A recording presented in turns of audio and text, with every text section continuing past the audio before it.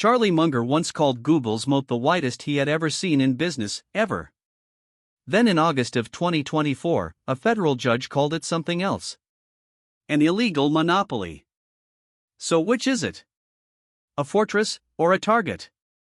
I've spent 50 years watching companies build empires.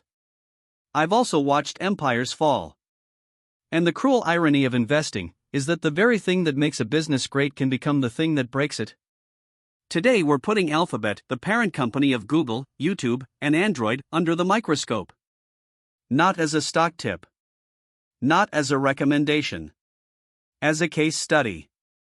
Because if you can answer one question about this company, you can answer it about any company you'll ever own. Is the moat as wide as it looks? And the third thing we'll discuss is the one most investors completely miss. Let's start with the numbers. Because the numbers are staggering. In 2024, Alphabet generated roughly $350 billion in revenue. Google search alone handles about 90% of the world's web searches. YouTube has more than 2.5 billion logged-in monthly users. Android runs on roughly 70% of the smartphones on the planet. Think about that for a moment. 3 of the most used digital products in human history, all owned by one company. This isn't a business. This is infrastructure. The kind of position that takes 100 years to build, and Google built it in 20. Charlie Munger saw this early. Back in 2009, he told shareholders that Google had a moat unlike anything he'd ever studied. Warren Buffett famously called missing Google one of his biggest mistakes. He said he saw it and didn't act. But here's where it gets interesting. The very thing Munger admired is what regulators now want to break apart. Before we talk about cracks, let's understand the engine. Alphabet doesn't just dominate. It dominates profitably. The company's operating margin runs around 30%. Free cash flow is enormous, over $70 billion a year. And management has been returning that cash to shareholders aggressively. In April of 2023, the board authorized a $70 billion share buyback. They've authorized tens of billions more since. The company started paying its first ever dividend in 2024. This is what investors call a compounding machine. The business throws off cash. Management buys back stock.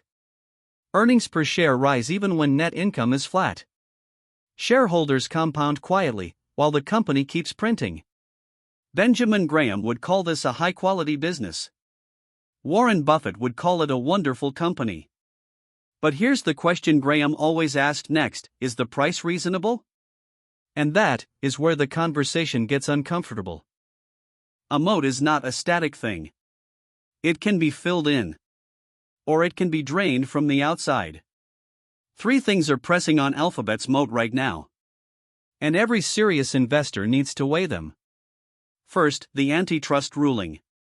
On August 5, 2024, federal judge Amit Mehta ruled that Google maintained an illegal monopoly in online search. The remedies are still being decided. They could include forcing Google to share search data, ending the default search payments, or even structural breakup. We don't know yet. But for the first time in 20 years, the question is no longer if Google will face consequences. It's how big. Second, the Apple problem. Court documents revealed that Google pays Apple roughly $20 billion every single year, just to be the default search engine on the iPhone. $20 billion. With AB.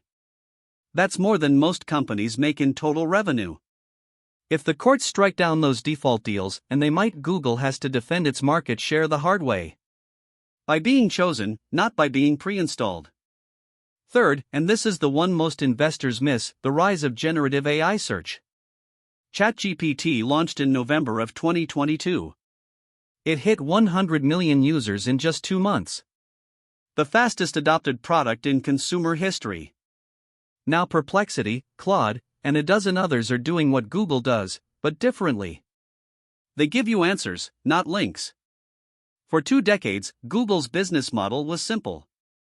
You ask a question. They show you 10 links. You click one, and they charge an advertiser. If the new model is you ask a question and get a direct answer, where does the ad go? Where does the click go? Where does the 80% of revenue that comes from search advertising actually live? Google has Gemini. Google has world-class AI talent. They will not go quietly. But the moat that Munger admired was built on a very specific business model. And that model is being challenged from every direction at once. So, is the moat wide or narrow? Here's the honest answer. It's wide. But it's no longer growing. And in investing, that distinction is everything. A moat that's getting wider every year is a compounding asset. You pay a fair price and let time do the work. A moat that's static, even a wide one, is a depleting asset. Eventually competitors, regulators, or new technology drain it. Benjamin Graham taught us to demand a margin of safety. That means you don't pay full price for a wonderful company. You pay below intrinsic value, so that even if your assumptions are wrong, you don't lose money. The harder the future is to predict, the wider that margin needs to be. Alphabet's future is harder to predict today than at any point in the last 15 years. Three powerful forces, antitrust, platform risk, and AI disruption, are pulling at the same time. Maybe Google wins. Maybe Google adapts. Maybe Google fades like Yahoo did before it. Nobody knows for certain. And anybody who tells you they do is selling something. This is educational content, not financial advice. But the lesson generalizes. Whenever you analyze a great business, ask not just how wide the moat is today, but in which direction it's moving. A moat tells you what a business is worth right now. The direction of the moat tells you what it will be worth in 10 years.